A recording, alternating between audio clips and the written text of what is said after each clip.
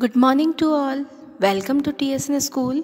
हम पढ़ रहे हैं कक्षा 9वीं हिंदी की पाठ्य पुस्तक स्पर्श का पाठ्यक्रम। आज हम पाठ 7 पढ़ेंगे। ये स्पर्श का पद्य पाठ है। पाठ 7 में आपको कवि रैदास द्वारा लिखित 2 पद दिए गए हैं। हम रैदास जी का जीवन परिचय जान लेते हैं। रैदास जी का जन्म 1388 में और देहावसान 1518 में बनारस में हुआ। इन्हें मूर्ति पूजा और तीर्थ यात्रा जैसे दिखावों में जरा भी विश्वास नहीं था। ये व्यक्ति की आंतरिक भावनाओं और आपसी भाईचारे को ही सच्चा धर्म मानते थे। इन्होंने अपनी काव्य रचना में ब्रज भाषा का प्रयोग किया और कुछ बोलियों के माध्यम से इन्होंने अपनी रचनाएं की, जिसमें अवधी राजस्थानी खड़ी बोली का प्रयोग है। इन्हें अलंकारों में उपमा और रूपक अलंकार विशेष प्रिय था। किसी की किसी से तुलना करना ये इनकी विशेषता थी। रैदास द्वारा जो 2 पद दिए गए हैं, उसमें पहले पद में कवि अपने आराध्य को याद करते हुए उनसे अपनी तुलना कर रहे हैं। कवि क्या कह रहे हैं? आपको जो 2 पद दिए गए हैं, इसमें पहले पद में कवि अपने आराध्य को याद करते हुए उनसे अपनी तुलना कर रहे हैं। क्या कहते हैं? जैसे कवि कहते हैं कि यदि तुम चंदन हो तो मैं पानी हूँ, तुम बादल हो तो मैं मोर हूँ। इस तरह से कवि तुलना करें। उसी तरह से दूसरे पद में भगवान की अपार उदारता, कृपा और उनके समदर्शी स्वभाव का वर्णन किया है। यहाँ कवि हमसे ये कहना चाहते हैं कि भगवान किसी से भी किसी भी प्रकार का भेदभाव नहीं करते। भगवान के लिए अमीर गरीब, दीन दुखी सभी बराबर हैं। वे सभी के साथ समान व्यवहार करते हैं या उनको समान रूप से देखते हैं। ये हम इन पदों के माध्यम से समझेंगे कि रैदास कवि हमें क्या कहना चाह रहा है। पहला पद, अब कैसे छूटे राम नाम रट लागी, प्रभु जी तुम चंदन हम पानी, जाकी अंग अंग बास समानी। प्रभु जी तुम घन बन हम मोरा, जैसे चितवत चंद चकोरा।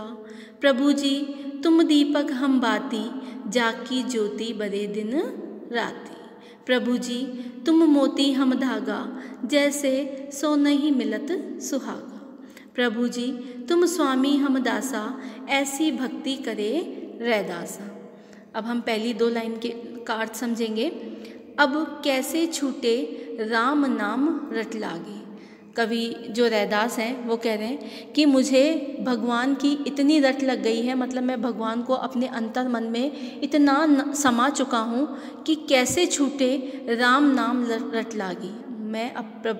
मैं ये कैसे छोड़ दूँ, क्योंकि मुझे राम नाम की रट लग चुकी है। अब इनका उदाहरण देकर समझाना चाह रहे हैं। क्या कह रहे हैं कि मैं प्रभु के साथ इतना समा चुका हूँ, इतना उनके अंतर मन में प्रवेश कर चुका हूँ कि मैं प्रभु की भक्ति को नहीं छोड़ सकता। राम नाम रटना मतलब प्रभु की भक्ति को छोड़ना। प्रभु जी तुम चंदन हम पानी, जाकी अंग अंग बास समानी।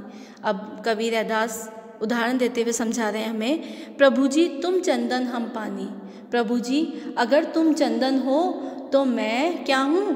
पानी। जाकी अंग अंग बास समानी, जिसकी अंग अंग मतलब पानी की एक एक बूंद में जिस प्रकार चंदन की खुशबू समा जाती है, जिसकी गंध बास का अर्थ क्या है यहाँ पर? गंध से। जिसकी गंध समा जाती है, उसी प्रकार मैं भी आप में समाया हुआ हूँ। मतलब प्रभु जी तुम चंदन हम पानी, जिस प्रकार चंदन में पानी की बूंद मिलाने पर पानी का कोई अस्तित्व नहीं रहता, वो पानी में ही चंदन की खुशबू बूंद बूंद में समा जाती है, उसी प्रकार मैं आप में समा चुका हूँ। ऐसी मैं भक्ति आपके साथ करना चाहता हूँ।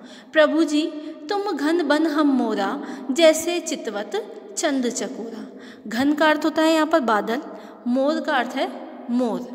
चितवत यानी एक टक निहारना। चकोर एक तीतर जाति का पक्षी है जो चंद्रमा का प्रिय पक्षी है। चंद्रमा को रात के समय में बिना पलक झपकाए निहारता रहता है। अब कवि यहाँ पर उदाहरण के माध्यम से हमें समझा रहे हैं। प्रभु जी तुम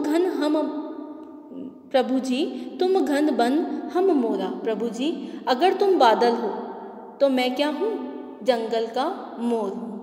और बादल को देखकर मोर किस प्रकार नाचने लगता है, उसी प्रकार मैं भी आपको देखकर नृत्य करने लगता हूँ। जैसे चितवत चंद चकोरा, जैसे जो चकोर पक्षी है चंद्रमा की चांदनी में चंद्रमा को एक टक बिना पलक झपकाए निहारता रहता है, उसी प्रकार मैं भी आपको निहारता रहूं, ऐसी मैं भक्ति करना चाहता हूँ। प्रभु जी तुम दीपक हम बाती, जाकी ज्योति बरे दिन राती।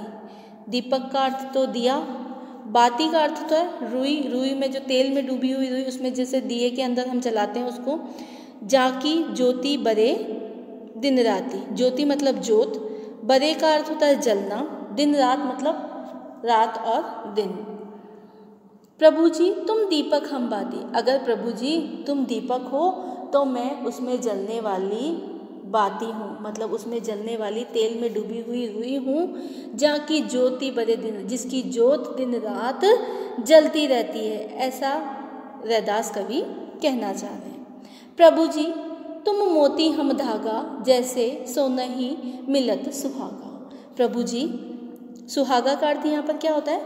सोने में जो सोने को शुद्ध करने के लिए जो क्षार द्रव्य मिलाया जाता है, एक पदार्थ है, उसको मिलाने से सोना शुद्ध हो जाता है, उसमें चमक आ जाती है। उसका उदाहरण देते हुए रैदास कवि बता रहे हैं हमें, प्रभु जी तुम मोती हम धागा। प्रभु जी अगर तुम मोती हो तो मैं क्या हूँ?